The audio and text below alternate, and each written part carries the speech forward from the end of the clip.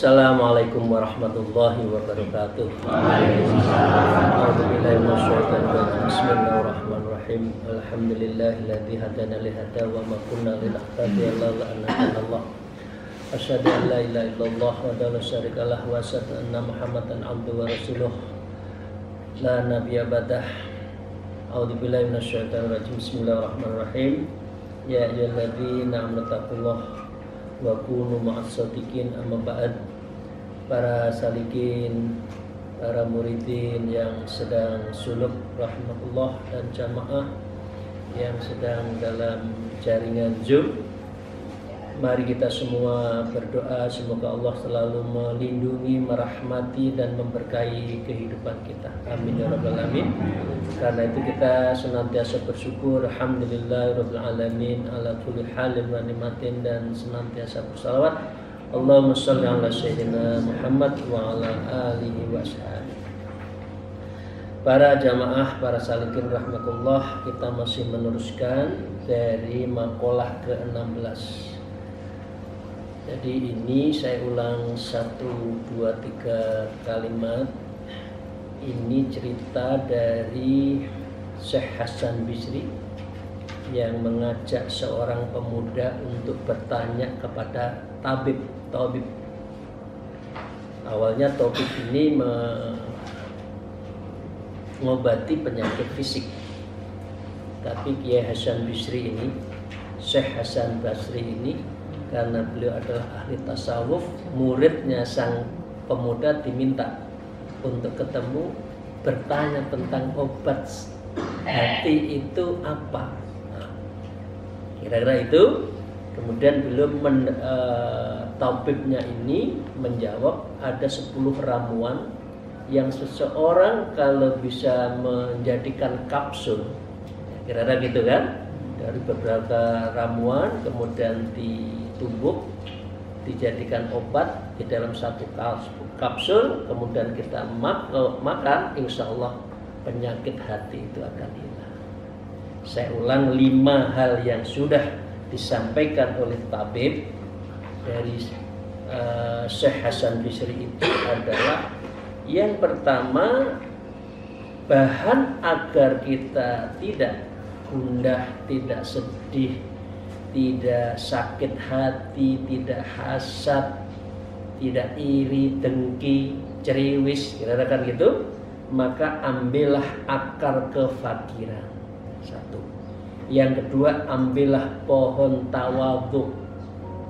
Orang kalau sudah fakir, merasa kita butuh, kita rendah, kita tawadhu, maka kita akan menjadi orang yang dalam posisi yang merendah. Kemudian 2 akar dari pohon tadi ditambah dengan akar yang penuh duri. Ada pohon yang penuh duri, yaitu akar duri pohon taubat. La taubatan ila suluku ilallah. Tidak ada taubat, tidak ada suluk ilallah kecuali orang bertaubat. Jadi Bapak Ibu sekalian, mandi taubat, sholat taubat setiap. Nah, itulah orang yang akan mengobati penyakit hati. Nah, dari 2 tadi, dari 3, jadi fakir, tawadhu, kemudian taubat, kemudian masukkan di dalam lumpang. Ya, lumpang, tahu lumpang ya? Kalau mau numbuk namanya lumpang keridhaan, untuk mohon ridho Allah, karena itu sholatnya liridho Allah. Ya. Nah, setelah itu ambillah alu ya, tahu ya alu ya, untuk memukul itu namanya ditumbuk dengan A, namanya palu atau alu kona. Kita nerima apapun yang dibagikan bikismati. Nah, setelah masuk masalah numpang, masuk alu, maka selanjutnya ya ini kan sudah ramuannya sudah ada kan, tinggal numbuk kan. Maka wa qala al-mu'allif fi hadzal kitab rabbima bi ulumiyya fid darain amin ya rabbal alamin. Waj'alu ayyal madhkura minal qana'ah wa ma qabla fi kitrit tuqa. Letakkan semua 5 hal tadi di dalam palu tadi, ditumbuk setelah berupa qana'ah wa ma qabla, artinya sebelumnya 4 sebelumnya, fi kitrit tuqa, di dalam panci takwa. Tadi kan sudah ditumbuk, maka sebelum diayak ya biasa obat itu, kemudian dikasih panci, wadai namanya wadah, namanya takwa. Qala Abu Abdillah Ar-Razabadiyun at-taqwa mujanabatu ma yub'iduka anillah. Syekh Abdillah Al-Rawazbadi berkata, takwa adalah menjauhi hal yang bisa menjauhkanmu dari Allah. Jadi kalau ibu bapak sekalian berdoa minta sesuatu, kok sesuatu itu belum diberikan oleh Allah, mungkin itu yang bisa menjauhkan kita dari Allah. Tapi kalau kita berdoa tidak diberi, kemudian dikasih yang ini, itu yang bisa mendekatkan engkau kepada Allah. Jadi jangan ngeroweng. Kalau dikasih Allah tidak sesuai dengan permintaan kita, jangan ceriwis. Piye sih Gusti Allah ini? Aku njaluk ngene lho, kok sing dikai kok iki. Enggak boleh. Itu berarti tidak bagian dari ridho. Jadi takwa adalah menjauhi segala sesuatu yang bisa menjauhkan diri engkau kepada Allah. Karena permintaan kita belum tentu baik buat kita. Ya, karena itulah kalau berdoa in kana khair, kalau berdoa ya Allah saya minta ini, kalau itu baik. Kalau tidak baik, Allah akan memilihkan ke tempat lain. Gitu ya Bapak sekalian ya. Tapi ini notoati seperti itu kan sulit. Biasanya orang ngeroeng. Gimana sih maunya jadi ini kok jadi ini. Syekh Ad-Darani juga mengatakan littuqa dhahirun wa batinun. Takwa itu mempunyai 2 sisi, lahir dan batin. Fadhahiruhu muhafadzatul hudud. Adapun yang lahir adalah memelihara dari batasan. Ini boleh, tidak boleh. Oh ini jangan. Oh ini mubah. Mubah sebaiknya dihindari untuk menjaga warok. Nah, itu ya. Wa batinuhu niyatu wal ikhlas, dan sisi yang dalam dari orang takwa adalah niat serta keikhlasan. Ikhlas itu sulit ya Bu ya. Ikhlas itu nyata loh, ngapunten ya. Ikhlas itu kalau mau diibaratkan jenengan buang angin itu. Marem nggak buang angin itu? Enak kan?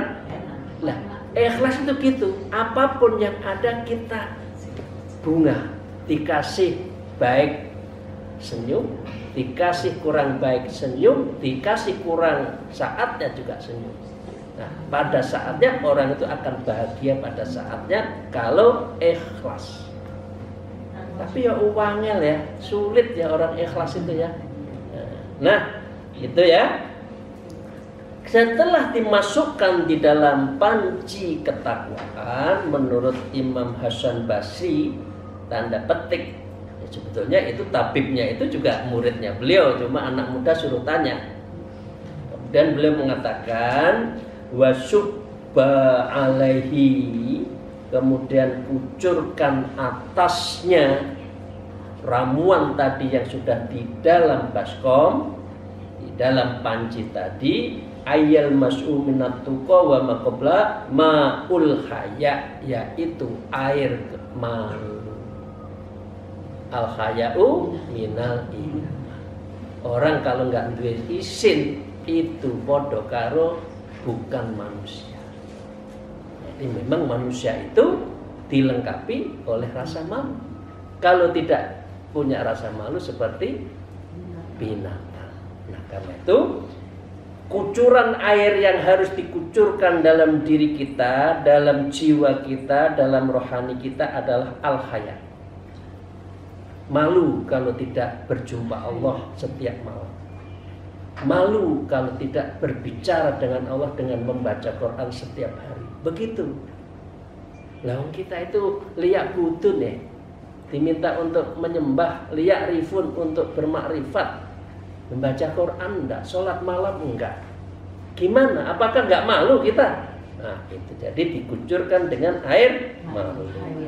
Wa qala Junaid, dan Imam Junaid Al-Baghdadi dengan seizin Allah, 1 bulan yang lalu kita berkesempatan ziarah ke makamnya Imam Junaid Al-Baghdadi. Al-haya'u halatun tansha'u min ru'yatil ni'ami wa ru'yatit taksyir. Namanya malu adalah suatu perilaku yang tumbuh dari memandang segala kenikmatan dan memandang segala kekurangan. Kelebihan juga malu. Kalau punya kelebihan tidak usah dipamer-pamerkan. Kalau kurang juga biasa mawon nangisnya ke Gusti Allah. Itu aja ya. Wa qala Dzun al-Misri, dan juga Dzun al-Misri juga berkata, al-haya'u wujudul haibata fil qalbi.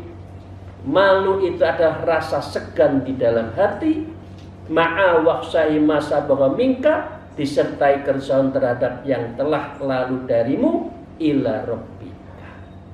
Malu terhadap masa lalu kita.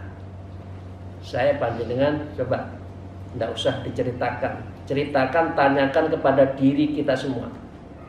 Dosa kita yang istri, suami tidak tahu, ada nggak? Pasti ada. Tapi juga nggak perlu untuk diceritakan. Keluarga, anak, nanti jadi tengkar. Jadi malunya kepada Allah. Karena dosa kita, dosa masa lalu kita, maka kita banyak istighfar, banyak sholat taubat. Jadi ojo ndelok spion. Spion itu sekali-kali, oh ya aku ya Allah, dosaku saya dulu kok banyak ya. Nah, malu, istighfar, gitu ya. Jadi dengan demikian namanya malu adalah risau terhadap masa lalumu yang itu kita jauh dari Allah. Nah, Bapak Ibu sekalian yang saya hormati, yang ketujuh, yang keenam tadi adalah panci takwa, yang keenam adalah air malu, maka yang ketujuh adalah wa akhlihi binaril mahabbah. Setelah dikucurkan air tadi, maka dengan demikian perlu diapi. Nah, mulai direbus kan ini kan? Nah, direbus. Ya, direbus namanya dengan binaril mahabbah, dengan api cinta. Tidak ada cinta, la mahabbah ya, ilal syauq. Tidak ada cinta tanpa rindu. Lal ma'rifat illa bil mahabbah. Tidak ada mahabbah, tidak ada makrifat kepada Allah kalau tidak kita mahabbah. Orang ada di dunia karena cinta. Bapak ibu kita saling mencintai, lahirlah kita. Betul? Karena itu mahabbah adalah kunci dari ma'rifatullah. Jadi kita yang harus banyak ma'rifat. Imam Yazid Al-Bustami, Yazid Bustami juga sanad Thariqah Naqsabandiyah kira-kira yang kelima. Setelah Imam Ja'far Shadiq, satu lagi kemudian Imam Yazid Al-Bustami. Ini thariqahnya Naqsabandiyah seperti kita. Beliau mengatakan begini: al-mahabbatu istiqlalal kathiri min nafsik. Cinta adalah menganggap sedikit apa yang ada di diri kita. Wa istiqtarul qalila min habibika, dan menganggap sesuatu yang banyak terhadap kekasih kita. Jadi kalau orang cinta tidak sombong, menganggap diri kita itu kurang, ibadah kita, amal kita, zikir kita kurang, sehingga kita lebih mencintai kepada yang kita cintai, yaitu Allah. Ya, Syekh Abdullah Al-Quraisy juga berkata, hakikatul mahabbah antahiba kulla kaliman ahbaita.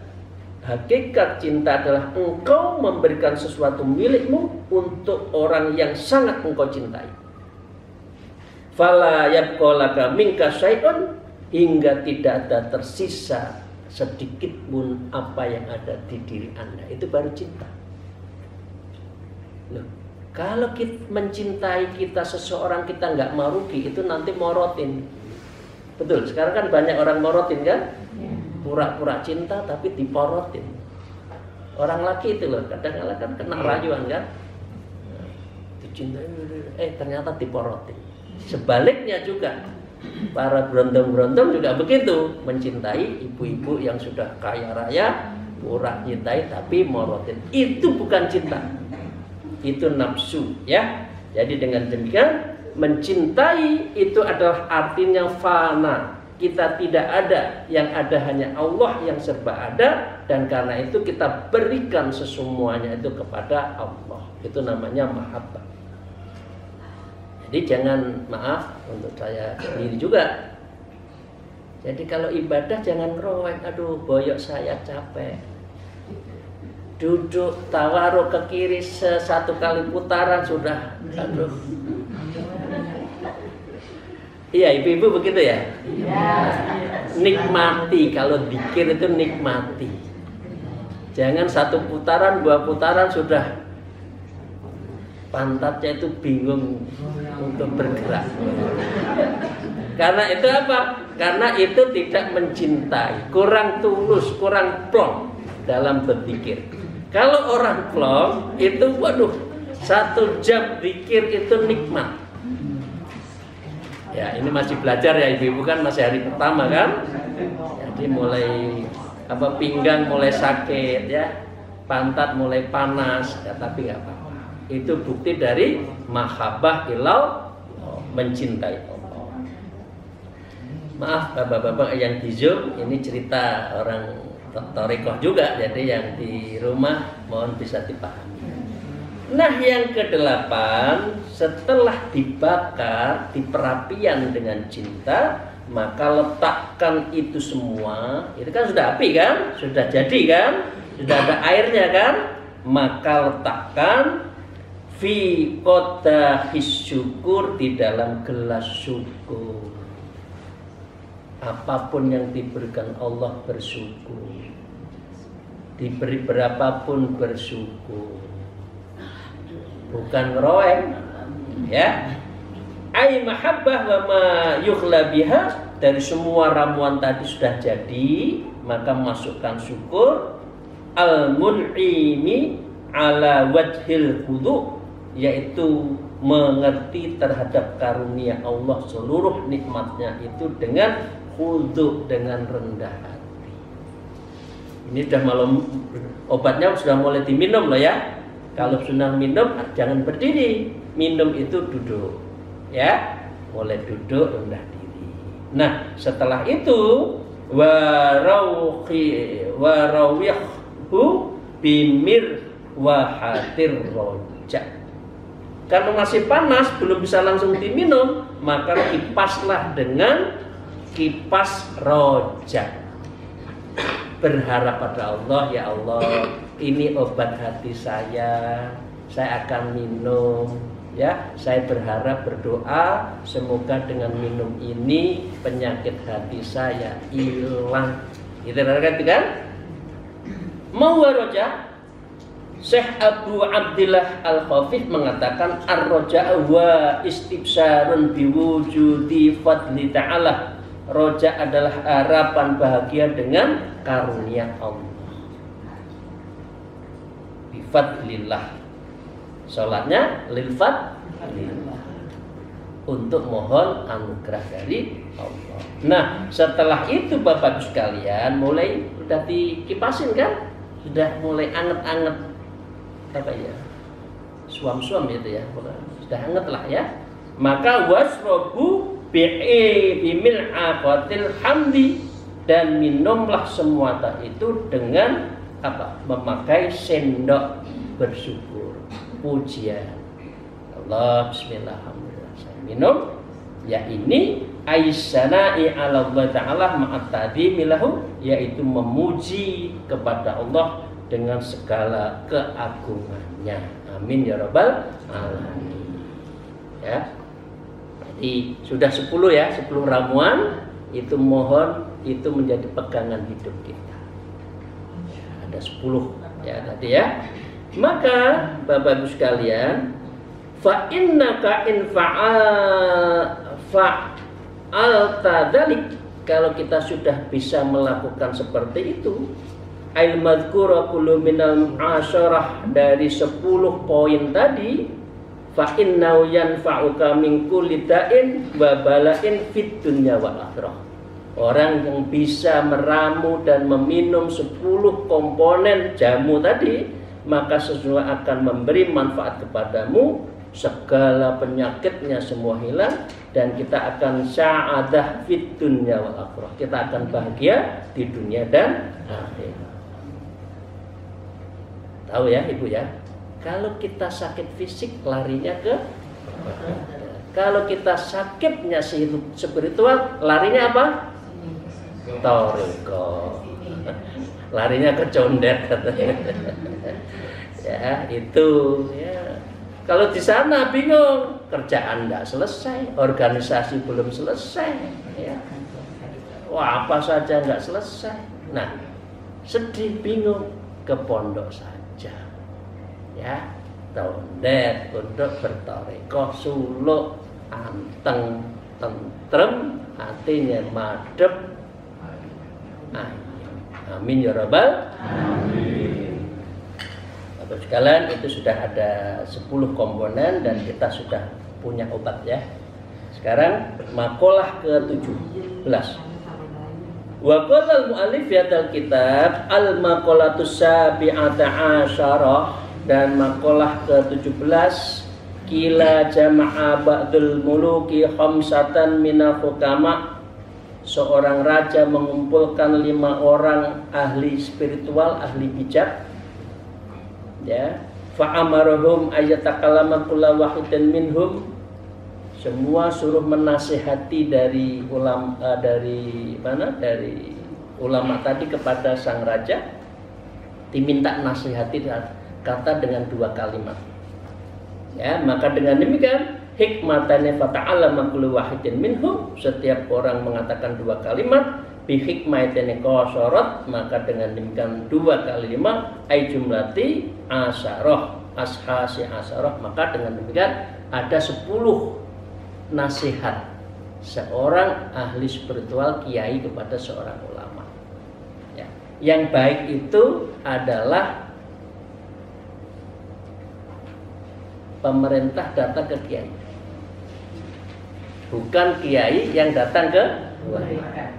Sekarang yang banyak apa? Berlomba-lomba para ulama ke. Ini yang salah. Yang benar itu ulama menasehati umat. Ya. Jadi apa yang dikatakan? Orang yang pertama mengatakan gitu. Khaufun kholiki aman wa ammanahu kufron wa ammanul makhluk wa ibkun. Beliau mengatakan takut kepada sang pencipta adalah aman, sedangkan rasa amannya kepada Allah, ya, kufur. Ya. Artinya begini, kalau kita takut kepada Allah, aman, karena kita akan bergantung pada Allah. Tapi kalau amannya kita karena tidak takut pada Allah, maka itu kufur. Paham ya Bapak sekalian ya? Jadi begini, kita merasa aman, kok pahala saya masih banyak, masih ada, begitu ya? Saya dulu pernah begitu Bapak. Waduh, sedekah saya banyak, saya punya organisasi, amal jariah saya banyak. Ini bisa teledor orang punya seperti ini.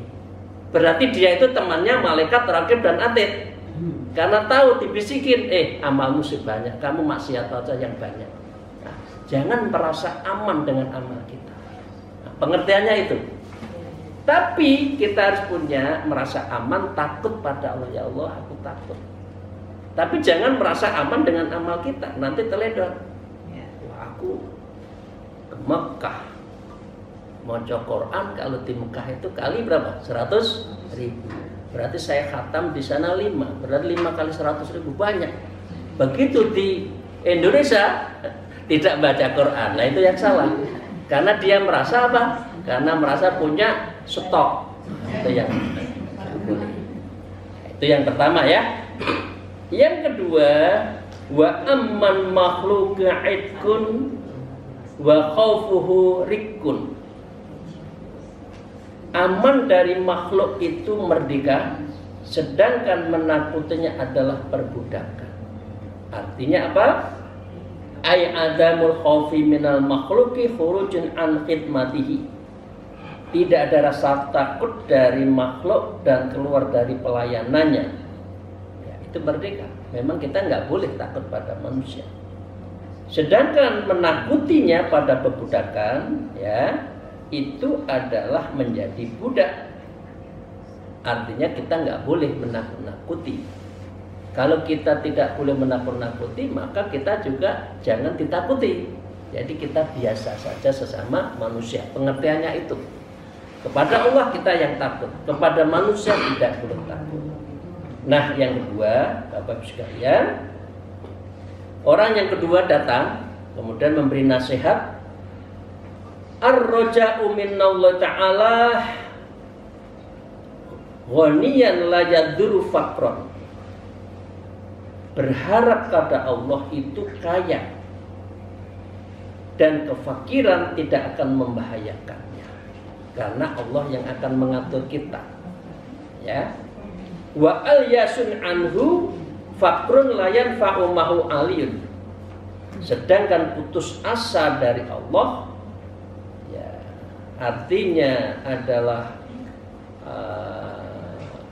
qat'ur raja'anillah ta'ala, itu bisa menjadikan fakrun layan fa'umahu ghaniyam, dan orang yang putus asa itu berarti bisa justru fakir dan dia adalah tidak bermanfaat yang bisa mendatangkan kekayaannya. Jadi gitu ya.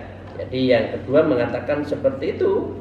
Yang pertama, berharap pada Allah itu bisa menjadikan kita yakin akan lebih.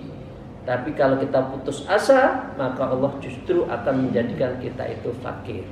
Jadi Bapak Ibu sekalian, jangan pernah putus asa. Qala Dzun al-Misri, dan berkata Dzun al-Misri, man qana'a istiraha min ahli zamanin wastatala ala aqranihi. Siapa saja yang qanaah, maka ia beristirahat dari pelaku zamannya dan memanjangkan pergaulannya pada teman-temannya. Jadi kalau dia ingin qanaah, istirahat. Begini, pengertian istirahat itu begini. Ojo nemen-nemen urusan dunia. Ya pernah, dunia itu perlu kita jalani. Ojo nemen-nemen. Nanti kita itu adalah ghaflah, karena nanti kita bisa lupa. La'ibun walahun. Ojo golek rezeki sing menjauhkan kamu, kita semua dari Allah. Jadi kepala jadi kaki, rino wengi urusannya dunia, itu yang bisa menjadikan kamu tidak istirahat, tidak bisa istirahat. Kalau sudah tidak bisa istirahat, maka dengan demikian kamu akan tulul amal, akan panjang pikirannya. Kapan sholat malamnya, kapan neruskan suluknya, isinya takut urusan dunia. Dunia tetap kerja, tiap hari kerja, tapi jangan lupa dekat dengan Allah. Wakila, dan juga dikatakan man tabi'a ainahu ma fi aitin nas tola husnuhu. Jadi siapa saja yang matanya mengikuti sesuatu yang ada di tangan orang, maka akan lama susahnya. Tolak husnuhu. Wah ini pangkatnya naik, oh sakit hati. Wah ini bagus, sakit hati. Apa yang ada oleh Allah berikan kita itu qanaah, kita terima. Itu baru namanya qanaah. Tapi kalau lirik terus apa yang dimiliki oleh teman, wah ini tasnya kok bagus ya, mereknya Chanel. Wah ini dari mana ya uangnya beli Chanel seperti itu? Nanti pikirannya macam-macam. Betul? Nggak usah. Tonggonya dua mobil ya alhamdulillah, gitu aja. Tangganya bangun lagi, alhamdulillah. Nggak usah ditanya kamu uangnya dari mana. Ini nanti SMS. Senang melihat orang susah, susah melihat orang senang. Ya. Maka dengan demikian terakhir, wa as-sadu ba'du min bahril wakir, ada satu syair dari Bahar Al-Wafir belum mengatakan wa aksin bil fata min yaumi ari yanalu bihil ghina karuma wa wuju. Alangkah bagusnya pemuda itu dari hari-hari yang buruk, ia dapat meraih kekayaan dengannya, lalu menjadi mulia dan akhirnya menjadi lapang. Artinya jangan ngikuti iri, hasad kepada orang lain. Apa yang ada itu yang harus kita jaga, dan itu harus yang menjadi bagian kismatillah. Apa yang dibagikan oleh Allah kepada kita itu yang kita terima. Demikian, terima kasih. Kita sudah 2 orang, masih ada 3 orang lagi yang akan menasehati pemerintah, ya. Maka itu akan kita bahas insya Allah di Sabtu yang akan datang. Terima kasih. Mohon maaf atas segala kekurangan saya. Akhirul kalam, al-afu minkum, wallahul muwafiq ila aqwamit thariq. Assalamualaikum warahmatullahi wabarakatuh.